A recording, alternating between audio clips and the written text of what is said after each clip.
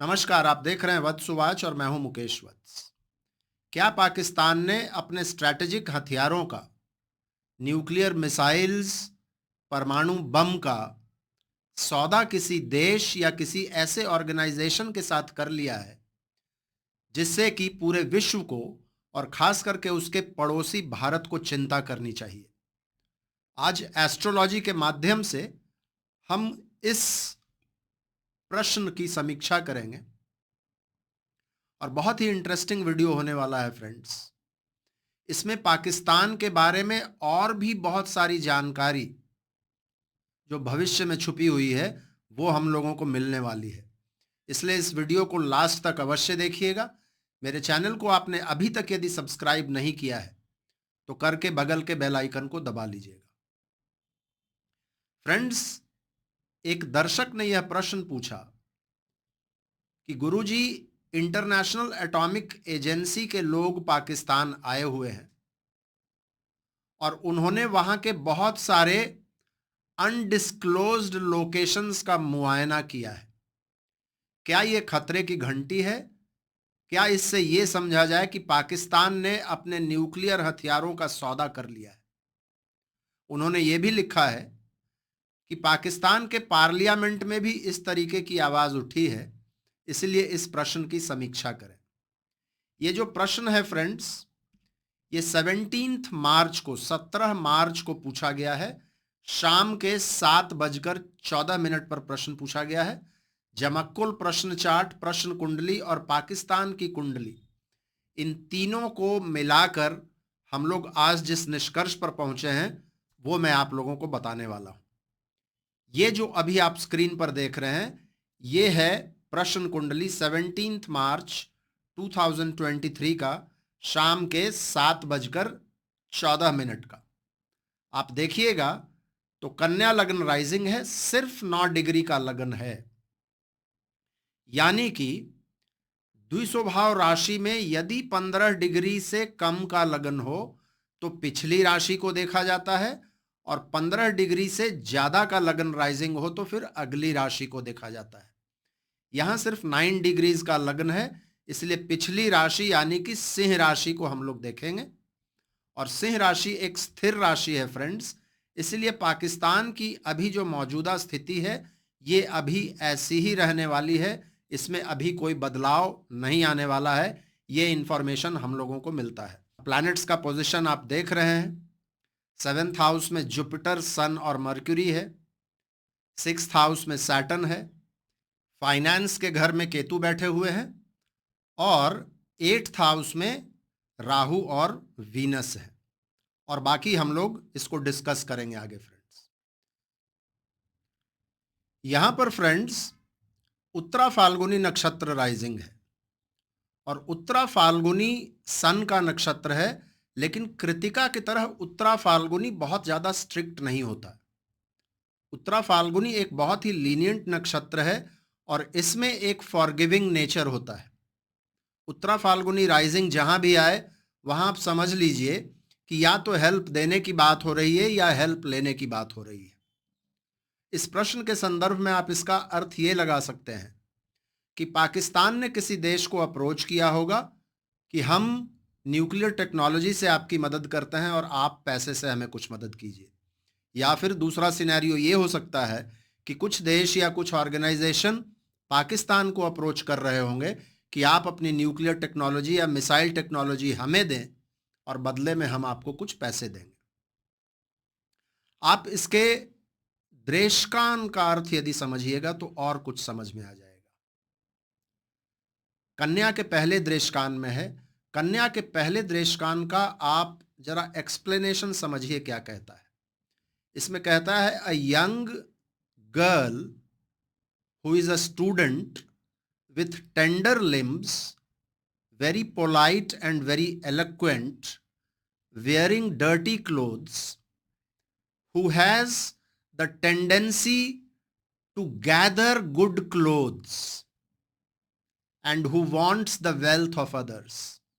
इसका हिंदी में भी अर्थ समझा देता हूं। एक ऐसी यंग सुकुमार स्टूडेंट लड़की जो बहुत ही अच्छा बात करती है कपड़ों को जमा करने का जिसको शौक है और जो दूसरों से धन की आकांक्षी है। अब पाकिस्तान के साथ इसकी स्थिति को आप मिलाकर देखिए। क्या पाकिस्तान अभी गंदे कपड़ों में है? बिल्कुल है। क्या पाकिस्तान अच्छी बातें करता है? बिल्कुल अच्छी बातें करता है। लोगों को भ्रमित करने में यह देश बहुत ही उस्ताद रहा है, बहुत ही एक्सपर्ट रहा है और बहुत सारे देशों को अपने झांसे में यह हमेशा लेता रहा है। चमक दमक एकत्रित करना चाहता है ये, और अभी फिलहाल उसकी जो स्थिति है वो दूसरों से धन प्राप्त करना चाहता है। तो यहां ये बिल्कुल सही दिख रहा है। अब आप देखिए, चूंकि यहां खरीद और बिक्री की बात हो रही है, जब भी हम खरीदने और बेचने की बात करते हैं तो किसी भी कुंडली में सेलर को फर्स्ट हाउस से देखा जाता है। यहां फर्स्ट हाउस में कोई प्लैनेट नहीं है, लेकिन फर्स्ट हाउस के लॉर्ड बुध नीच के होकर सेवेंथ में बैठे हुए हैं। पाकिस्तान यह नीच हरकत करने में पूरे तरीके से सक्षम है और पहले से भी उसका व्यवहार कुछ इसी तरीके का रहा है, वो यहां पे कंफर्म हो रहा है। फोर्थ हाउस से जिस प्रॉपर्टी को बेचने की बात हो रही है उसको देखा जाता है फ्रेंड्स। यहां फोर्थ हाउस क्या है? धनु राशि है। और धनु राशि क्या होता है? ये युद्ध की राशि है। इसका यदि सिंबल भी देखिएगा तो धनुष बाण को लिए हुए एक ऐसा घुड़सवार दिखेगा आपको जिसका आधा शरीर मनुष्य का है और आधा शरीर एक अश्व, एक घोड़े का है। धनु राशि सोफिस्टिकेटेड वेपन्स को रिप्रेजेंट करता है। प्रश्न कुंडली पूरे तरीके से इशारा कर रहा है कि यहां पर वेपन्स के जो बेचने की बात हो रही है वो बिल्कुल सही दिखती है। सेवेंथ हाउस से खरीदार को देखा जाता है। अब यहां सेवेंथ हाउस में देखिए, सूर्य और बुध पूर्वा भाद्रपद नक्षत्र में है। पूर्वा भाद्रपद सीक्रेटिवनेस को रिप्रेजेंट करता है और अच्छे लोग, खास करके नेगेटिव यदि क्वेश्चन हो तो थोड़े से शेडी टाइप के लोगों को रिप्रेजेंट करता है। सन का मतलब पावर, नीच का बुध मतलब पैसा, और जुपिटर रेवती में है। कुछ ऐसे लोग जो पावरफुल हैं लेकिन नीच प्रवृत्ति के हैं, वो इसके खरीदार हो सकते हैं। या फिर जुपिटर यानी कि धर्म, धर्म से जुड़े हुए लोग हो सकता है। कुछ टेररिस्ट ऑर्गेनाइजेशंस ने अप्रोच किया हो पाकिस्तान को, या फिर ऐसा भी हो सकता है कि कुछ ऐसे देश धर्म का सहारा लेकर पाकिस्तान से इस टेक्नोलॉजी को लेने के फिराक में है। यदि सेकंड हाउस को देखिएगा जो फाइनेंसेस का हाउस है, जहां केतु स्वाति नक्षत्र में बैठे हुए हैं, तो आपको और कुछ समझ में आएगा। स्वाति फ्रेंड्स किन रीजन्स को रिप्रेजेंट करता है? स्वाति अफ्रीकन कंट्रीज को रिप्रेजेंट करता है, north African countries. Swati middle east को रिप्रेजेंट करता है। और मिडिल ईस्ट में कौन से लोग हैं? नॉर्थ अफ्रीकन कंट्रीज में कौन से देश हैं? ये सभी देश इस्लामिक कंट्रीज हैं। और मिडिल ईस्ट में तो सऊदी अरेबिया और ईरान दो ऐसे देश हैं जो चाहेंगे कि वो न्यूक्लियर हथियार अपने देश में लेकर आएं। ईरान तो इनफैक्ट बहुत दिनों से इसके प्रयास में भी है। तो यहां से इंडिकेशन मिल रहा है। और ये प्रश्न कुंडली की सटीकता देखिए, बिल्कुल सटीक तरीके से इस पूरे सिनेरियो को आपके सामने रख रहा है। खरीदने वाला हम लोग देख लिए, अब कीमत। 10th हाउस को देखिएगा तो कुछ और समझ में आएगा। 10th हाउस में मंगल है। मंगल किसको रिप्रेजेंट करता है? आर्मी को। मंगल भी टेररिस्ट ऑर्गेनाइजेशंस को भी रिप्रेजेंट करता है। तो इस तरीके के लोग इसको खरीदना चाह रहे हैं, ये बिल्कुल स्पष्ट हो जा रहा है। 8th हाउस में देखिए राहु और वीनस है, सेकंड हाउस में केतु है। सेकंड हाउस फाइनेंसेस का, सेकंड हाउस के लॉर्ड वीनस राहु के साथ बैठे हुए हैं। राहु के साथ वीनस के बैठने का मतलब और सेकंड हाउस में केतु के होने का मतलब, यहां से भी एक इंडिकेशन मिल रहा है कि गलत तरीके के लोग इस टेक्नोलॉजी को लेना चाह रहे हैं। इस 8th हाउस पर शनि की दृष्टि भी है। इससे ये समझ में आ रहा है कि ये डील इतना भी आसान नहीं है। लेकिन जुपिटर यहां रेवती नक्षत्र में 7th हाउस में है, इससे लगता है कि पाकिस्तान को शायद कुछ सफलता इसमें मिली भी होगी। अब थोड़ा सा और इसको एनालाइज करते हैं क्या यहाँ फिजिकल एटम बॉम्ब या मिसाइल की बात हो रही है? इस प्रश्न कुंडली को देखकर ऐसा नहीं लगता है फ्रेंड्स। यहाँ पर इशारा नो हाउ, टेक्नोलॉजी पर है, या कुछ ऐसे छोटे मोटे स्पेयर पार्ट्स और रॉ मटेरियल्स की तरफ है जो कि बहुत आसानी से जिसका लेन देन किया जा सकता है। फिजिकल एटम बॉम्ब या फिजिकल मिसाइल्स का शायद लेन देन, हेरा फेरी नहीं हुई है। ये टेक्नोलॉजी की बात हो रही है। और फोर्थ हाउस को देखकर यह भी लग रहा है फ्रेंड्स कि ये जो हम लोगों के सामने आज तक न्यूज़ में आ रहा है, ये just tip of the iceberg है। ये एक बहुत बड़ा खेल है जो खेला जा रहा है। कुछ उसी तरीके का ये खेल है जिस तरीके का खेल 1990 में 1990 में सोवियत यूनियन के कोलैप्स के बाद खेला गया था। और बहुत सारे कंट्रीज, खास करके चाइना ने पैसों के बल पर वहां से बहुत सारे साइंटिस्ट्स को और बहुत सारे टेक्नोलॉजी को अपने यहाँ मंगवाया था। ये कुछ उस तरीके का दिख रहा है। फोर्थ हाउस लॉर्ड सेवेंथ में है। जैसा मैंने पहले कहा, पब्लिक डोमेन में अभी भी बहुत कम बात है बाहर, और जो भी बात अभी बाहर है वो बहुत इनसिग्निफिकेंट है। और ये जो दिख रहा है फ्रेंड्स, फोर्थ पर मंगल की भी दृष्टि है, और फोर्थ के लॉर्ड सन और मर्क्यूरी के साथ बैठे हुए हैं, और उनका अगला मूवमेंट जो होगा वो राहु के साथ होगा। पब्लिक में, पाकिस्तान में बहुत बड़ा बवंडर आने वाले समय में होने जा रहा है। ये बिल्कुल स्पष्ट दिख रहा है। अब हम लोग जमक्कुल टेक्निक से इसको देखने का प्रयास करते हैं फ्रेंड्स। अभी जो स्क्रीन पर आप देख रहे हैं ये जमक्कुल चार्ट है। इस चार्ट का जो सबसे इंपॉर्टेंट चीज है वो देखिए, कविप्पू 12th हाउस में, कविप्पू यानी कि छत्र लगन 12th हाउस में शनि के साथ है। उदय लगन मीन का है और नक्षत्र राइजिंग उत्तरा भाद्रपद है। लगन से ही जमक्कुल प्लैनेट्स में वीनस का संबंध है। सेकंड हाउस में राहु वीनस का जमक्कुल प्लैनेट मर्क्यूरी के साथ संबंध है। सबसे इंपॉर्टेंट चीज जिस पर हम लोग आगे भी डिस्कस करेंगे, 8th हाउस को देखिए। 8th हाउस में केतु और राहु का संबंध बन रहा है। फ्रेंड्स, जमक्कुल चार्ट में आपने देखा उत्तरा भाद्रपद राइजिंग है। उत्तरा भाद्रपद जहां भी नेगेटिव क्वेश्चन पूछा जाता है वहां पर आप ये मानकर चल सकते हैं, उत्तरा भाद्रपद के रियल मोटिव को, इसकी असल प्रवृत्ति को, इसके असल ध्येय को समझना बहुत मुश्किल होता है। ये किसी भी स्तर पर, किसी भी लेवल पर जाकर काम कर सकता है। अपने आप को स्थितियों के अनुसार ढालने का इसमें कमाल का कैपेबिलिटीज होता है। सुनकर ऐसा लगता होगा कि इस नक्षत्र में बहुत फ्लेक्सिबिलिटी है, लेकिन नहीं, ये फ्लेक्सिबिलिटी सिर्फ अपने गोल्स को अचीव करने के लिए होता है। वाकई में यदि देखिएगा तो ये नक्षत्र अपने गोल्स को लेकर बहुत ज्यादा रिजिड होता है। इसलिए मैंने शुरू में कहा कि इसके रियल नेचर को, इसके रियल मोटिव को समझना और उसको एग्जैक्टली पिन डाउन करना बहुत ही मुश्किल है। यदि उत्तरा भाद्रपद के मेन स्टार को देखिएगा तो इसका मेन स्टार है गामा पेगैसी, और गामा पेगैसी का मंडेन लेवल पर उसका इंटरप्रिटेशन यदि समझिएगा तो यह भी बड़ा ही इंटरेस्टिंग है। लेकिन कुछ लोगों को, खास करके जो पाकिस्तान के दर्शक हैं, उनको इसका डिस्क्रिप्शन बहुत अच्छा नहीं लग सकता है। इसके डिस्क्रिप्शन में है एक भूखा, एक नंगा भिखारी। इसके आगे मैं नहीं कुछ कहूंगा, आप जो भी अर्थ लगाना है लगा सकते हैं।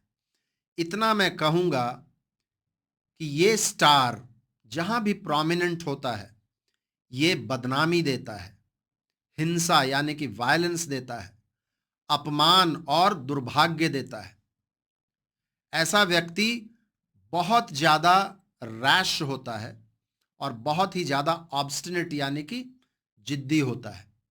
ऐसे व्यक्ति या ऐसे राष्ट्र के साथ बहुत ही ज़्यादा क्रिटिकल सिचुएशंस, बहुत ही ज़्यादा विपरीत गंभीर परिस्थितियों का निर्माण होता है और शायद वही अभी पाकिस्तान के साथ हो रहा है।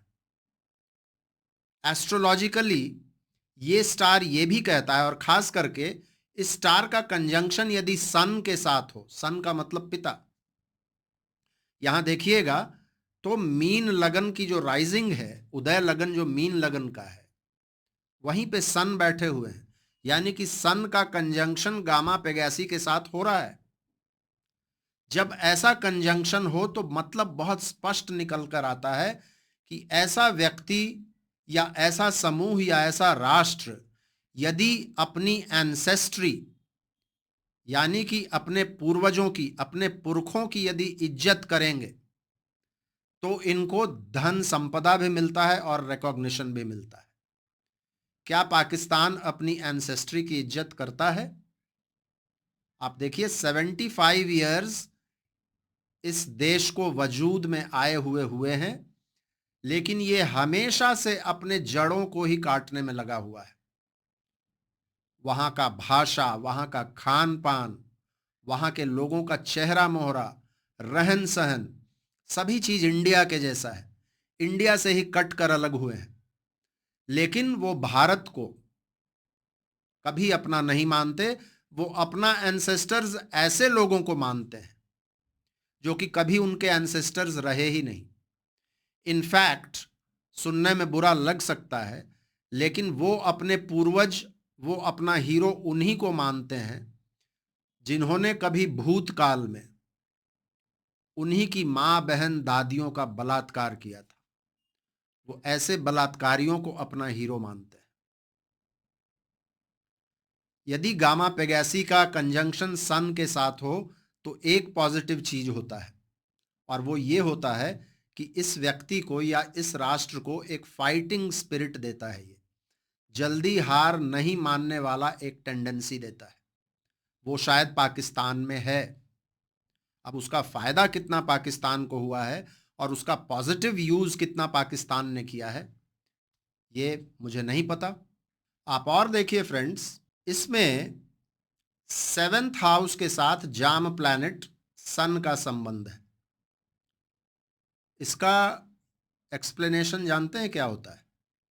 ऐसे व्यक्ति के पास कोई भी पैतृक संपत्ति नहीं होता। अब इसका अर्थ भी आप ये लगा सकते हैं कि पाकिस्तान जिन चीज़ों को लेकर अलग हुआ, शायद उन चीज़ों को वो ऑलरेडी गंवा चुका है, या उसका ये भी मतलब हम समझ सकते हैं कि अभी फ़िलहाल में Pakistan is going through a lot of economic crisis, बहुत ज़्यादा इकोनॉमिक क्राइसिस है। सबसे इम्पॉर्टेंट छत्र लगन कविप्पू जो 12th हाउस में है, शनि के साथ है, और उसके सबसे निकट प्लैनेट जो है वो वीनस है। मैं ऐसा क्यों कहता हूं? क्योंकि जाम प्लैनेट्स हमेशा उल्टा चलते हैं।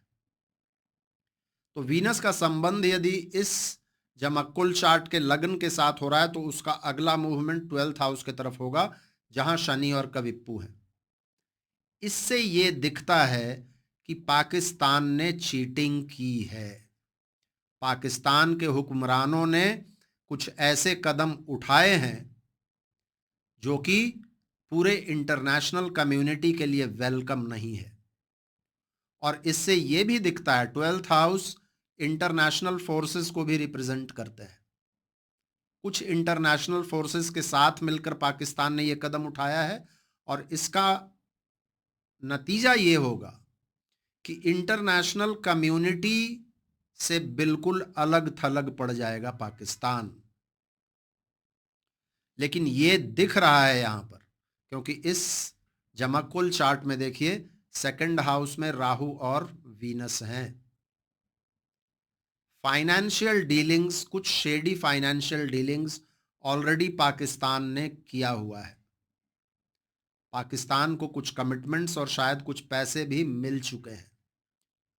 और सबसे इंपॉर्टेंट चीज अब आकर देखिए इस जमक्कुल चार्ट के 8th हाउस को, राहु और केतु का संबंध। जाम प्लैनेट में राहु और ट्रांजिट प्लैनेट में केतु। फ्रेंड्स, जब ऐसा कोई भी 8th हाउस में कॉम्बिनेशन बने और वो भी एक नेगेटिव प्रश्न के मामले में, तो वो चीज़ों को बहुत ज़्यादा नेगेटिव कर देता है। इसका अर्थ ये निकलता है कि पाकिस्तान में बहुत ज़्यादा परेशानियां आने वाले महीनों में और वर्षों में होने जा रहा है। आप लोगों को शायद याद हो, जो लोग भी इस चैनल के पुराने दर्शक हैं, 2020 में मैंने एक वीडियो बनाया था जिस समय इस चैनल को बहुत कम लोग जानते थे। 2020 के एक वीडियो में मैंने कहा था कि 2023 आते आते बलोचिस्तान आज़ाद हो जाएगा या आज़ाद होने की स्थिति में पहुंच जाएगा। 2020 में पाकिस्तान के इतने बुरे हाल नहीं थे और कोई भी ये नहीं प्रिडिक्ट कर सकता था उस समय में कि 2023 में स्थिति ऐसी हो जाएगी कि बलूचिस्तान अलग हो जाएगा। लेकिन यहां पर राहु और केतु का जो संबंध बन रहा है, इसका एक अर्थ ये निकलता है कि शरीर का कोई हिस्सा या तो परमानेंट रूप से शिथिल पड़ जाए या फिर कट कर अलग हो जाए। पाकिस्तान में आने वाले समय में ऐसी स्थितियां बन सकती हैं कि उसके शरीर के कुछ अंग यानी कि पाकिस्तान का कुछ हिस्सा वहां के गवर्नमेंट के कंट्रोल में ना रहे। हो सकता है वो आजाद भी हो जाए या अलग हो जाए, दूसरे देश के साथ मिल जाए या बिल्कुल अलग एंटिटी बन जाए। ये यहां पे दिखता है। राहु और केतु का दोनों का इस पोजीशन में बैठना धर्मांध लोगों का राज, फनाटिक लोगों का राज। शायद पाकिस्तान में जो भी डेमोक्रेसी बचा हुआ है वो भी खत्म हो जाए। डेथ सेंटेंसेस, मृत्यु दंड, बहुत सारे लोगों को वहां मृत्यु के घाट उतार दिया जाए, उनको सजा मिले मृत्यु दंड की। मास मर्डर, बहुत सारे लोगों का, हजारों लाखों लोगों का मरना। अब ये तो उसी स्थिति में हो सकता है जब वहां पर सिविल वॉर हो जाए, या फिर यहां मंगल की स्थिति को देखिए, ओरिजिनल चार्ट में मंगल 10th हाउस में थे। शायद आर्मी का कब्जा हो जाए, आर्मी रूल हो जाए और फिर आर्मी के एक्शन में हजारों लोग मारे जाएं। इसका मतलब नशीला पदार्थ, इंटॉक्सिकेटिंग सब्सटेंसेस, ड्रग्स, पॉइजन, इन चीजों की तरफ भी इशारा कर रहा है। प्राकृतिक आपदाएं, एपिडेमिक्स, महामारियां, माइनॉरिटीज पर अत्याचार, कन्वर्जन, प्रोस्टिट्यूशन, स्लेवरी, इन सभी चीजों को ये 8th हाउस का राहु और केतु दिखा रहा है। तो ये जो पूरा सीन बनकर उभर कर आ रहा है friends, this is not a very good scene और पाकिस्तान को बहुत सावधानी रखनी होगी। आने वाला समय पाकिस्तान के लिए बहुत डेंजरस है। और जो मूल प्रश्न था कि इंटरनेशनल एटॉमिक एजेंसी वाले क्या पाकिस्तान इसलिए गए हैं क्योंकि उन्होंने कुछ घपला किया है, उसका पूरा पूरा यहाँ पर इंडिकेशंस हम लोगों को एस्ट्रोलॉजी के माध्यम से मिल रहा है। मीडिया में ये सब चीज़ें बाहर नहीं है, इसलिए हम लोगों को एग्जैक्टली मालूम नहीं है क्या हुआ होगा, लेकिन एक इंडिकेशन ये अवश्य मिलता है कि पाकिस्तान ने कुछ गलत किया है और गलत करने के प्रयास में है। इंटरनेशनल कम्युनिटी को इस देश से बहुत ज़्यादा सावधान रहने की आवश्यकता है। और भी मैंने बहुत सारे प्रेडिक्शंस आपको दिए हैं। कोई भी नहीं चाहता कि कोई पड़ोसी देश इतना परेशानी में हो, क्योंकि वो जब परेशानी में होगा तो ऑब्वियसली कुछ परेशानियां हमारे ऊपर भी आएंगी। और पहले के एक वीडियो में मैंने कहा भी है कि पाकिस्तान से एक रिफ्यूजी क्राइसिस का मूवमेंट होगा इंडिया के लिए भी, पाकिस्तान में जब परेशानियां आएंगी तो हम लोगों को भी बहुत सावधान रहने की आवश्यकता है। ये था फ्रेंड्स जमक्कुल चार्ट, प्रश्न कुंडली और पाकिस्तान की कुंडली के मदद के साथ एक एनालिसिस। मुझे उम्मीद है आप लोगों को यह एनालिसिस तार्किक लगा होगा, ज्योतिष के सिद्धांतों के अनुरूप लगा होगा। यदि आप लोगों को यह वीडियो अच्छा लगा हो तो इसको लाइक अवश्य कीजिएगा, ज़्यादा से ज़्यादा लोगों के बीच में शेयर कीजिएगा। अपना प्यार, अपना आशीर्वाद इसी तरीके से मुझ पर बनाए रखिएगा। आज के लिए बस इतना ही। फिर से मिलते हैं हम लोग अगले किसी वीडियो में किसी और विषय के साथ। तब तक के लिए बहुत बहुत धन्यवाद। हर हर महादेव। भारत माता की जय।